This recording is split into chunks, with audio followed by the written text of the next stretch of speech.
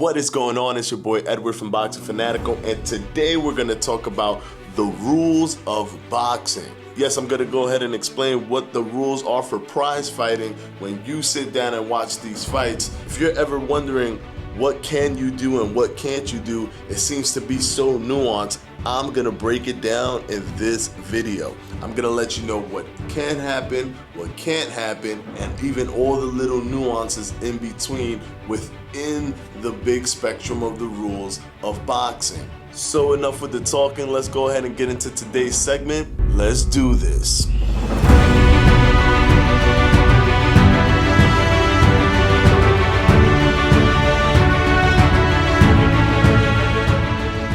And now. All right, are you new to boxing, or have you just watched boxing and you know somewhat of the rules when it comes to boxing, but you ever wondered to yourself, is that illegal? What he doing right now, is that illegal? Can he grab him like that? Or am I missing something? That doesn't look legal, but he didn't get disqualified or anything. But I'm gonna go ahead and break it down, so let's go. Okay, so let me give you a little bit of history before I dive into the modern boxing rules that you see today, as you can see where the evolution of boxing and its rules come from. So the first ever recorded historical data for rules in boxing was the London Prize Fighting Rules. The London Prize Fighting Rules was the first published rules that were used for professional boxing. These rules were created in 1838 and were used for over 100 years to facilitate the prize fighting spectrum. Now, the London Prize Fighting Rules is very convoluted. There are so many different elements to it.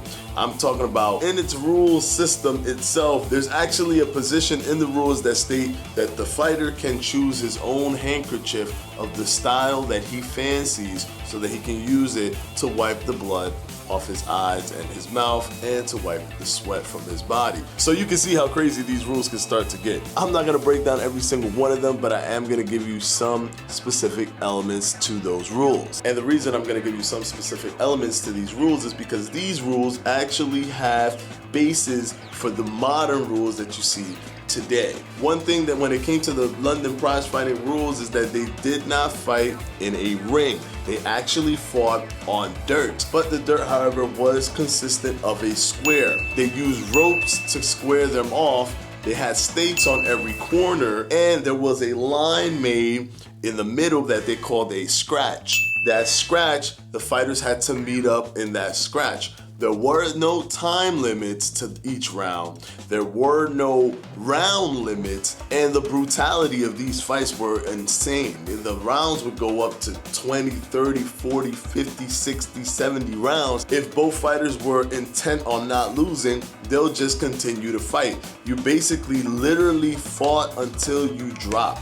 So if you could not fight any longer, or if you no longer wanted to fight, then you would finally lose the bout. But there weren't a time limit and there weren't round limits. All that had to happen was when you got knocked down, you had to make sure that you were able to walk up to the scratch after 30 seconds, which was that line in the middle, and then you can continue the bout. Some people manipulated this, however, which is why it caused a lot of different rounds, because if someone was hurt even a little bit, there were no incentives to not pretend like you weren't hurt enough so you could take a breather and use those 30 seconds, because that didn't go against you anyways.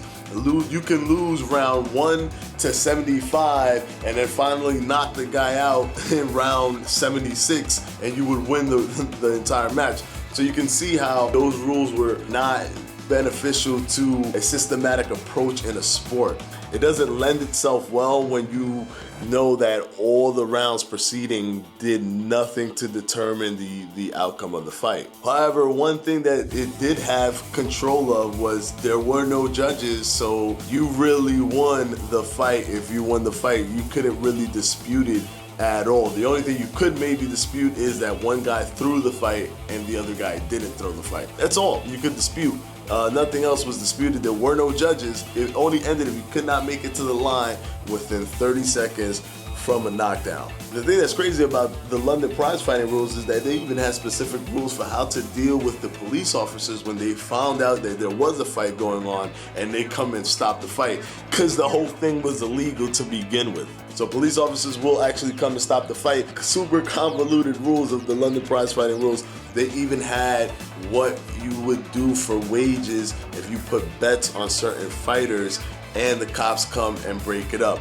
How to determine who won. Yeah, it's crazy. It's crazy. But if you want to go ahead and look it up, it's the London prize fighting rules, established and created in 1838. The London prize fighting rules still existed, but some people wanted to create a more sports-friendly atmosphere and system, so they created the Marquess of Queensberry's rule. Now, the Marquess of Queensberry's rule was put into place in 1867. It had gloves, it had a ring, it was a better thing for sports, it had the judges, it had all those things that we see in the modern era. The base of the Marquess of Queensberry rules is still seen in the era of boxing that you watch on TV in this present time. And I'm gonna run down the Marquess of Queensberry's rules right now, and they go as follows. Number 1, to be a fair stand-up match in a 20-foot squared ring. Number 2, no wrestling or hugging allowed. Number 3, the match are to be of 3-minute durations with 1-minute intervals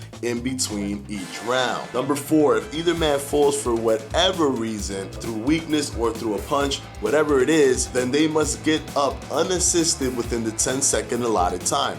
If they get up through that 10-second allotted time and meet their opponent at the scratch, which is the line that was set up from the London prize fighting rules, if the person cannot meet that scratch line, then that person loses the bout. Also, once the opponent is down, the opposing fighter must go to his corner and wait until the opponent stands up for the 10 seconds or stays down, and then the win is awarded to the stand-up fighter. Number 5, if a man is hanging on the ropes in a helpless state with his toes off of the ground, he is considered down, which would ensue a 10 count in the same process that was explained in rule number 4. Number 6 is that no other person should be allowed in the ring during the bout between the two gentlemen. Number 7, if there's an interference in any way, shape, or form by any outside force in any sort of way, the referee will determine when and where to continue this fight so that there can be a winner, unless both parties determine that they would just leave the fight as a draw. Both gloves should be of the same size,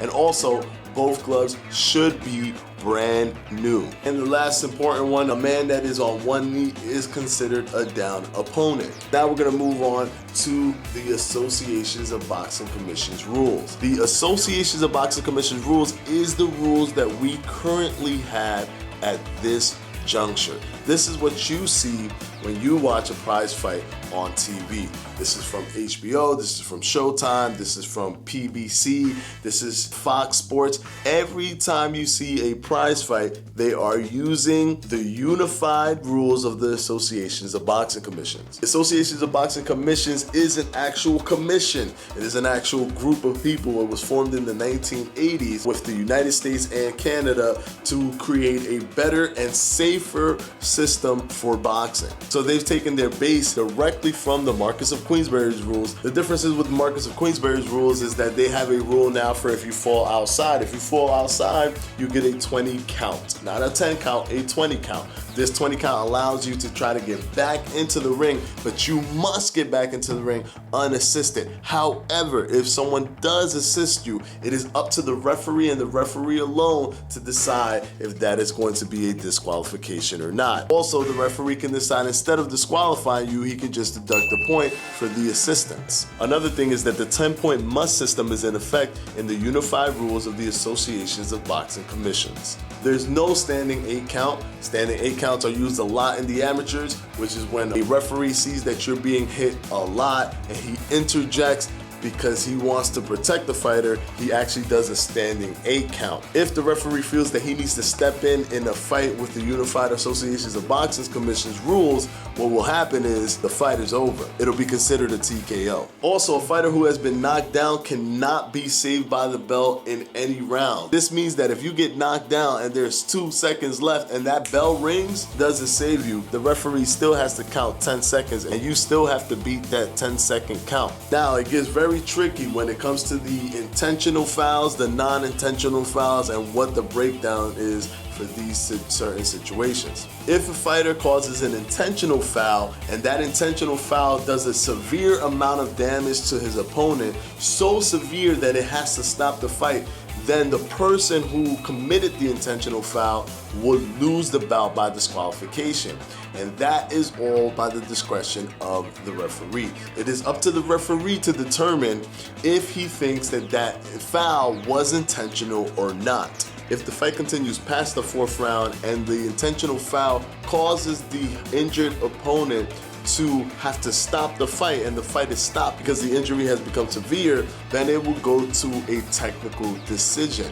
However, it will be a technical decision for the fighter if he's winning. If it is even, it will be a technical draw. If the injured fighter is losing on the scorecards, then it will also be a technical draw. If the fighter does an intentional foul and injures himself, so for example, if someone goes for a headbutt and cracks his own head open, that injury will be viewed as a fair blow from the opposing opponent. So if the fight is stopped, the opposing opponent, in which the person attempted the intentional foul and hurt himself, would win a technical knockout. Also, the referee can stop any fight if he feels that the person is being unsportsmanlike or inappropriate in any way, shape, or form. So all the people that dance and move around, and they can be disqualified or deducted points. However, it'll be a very tough task for a referee to go against the entertainment of the fans and deduct someone like Adrian Broner some points or a Nassim Hamed. Now, if there's an accidental foul, which is something that the referee would determine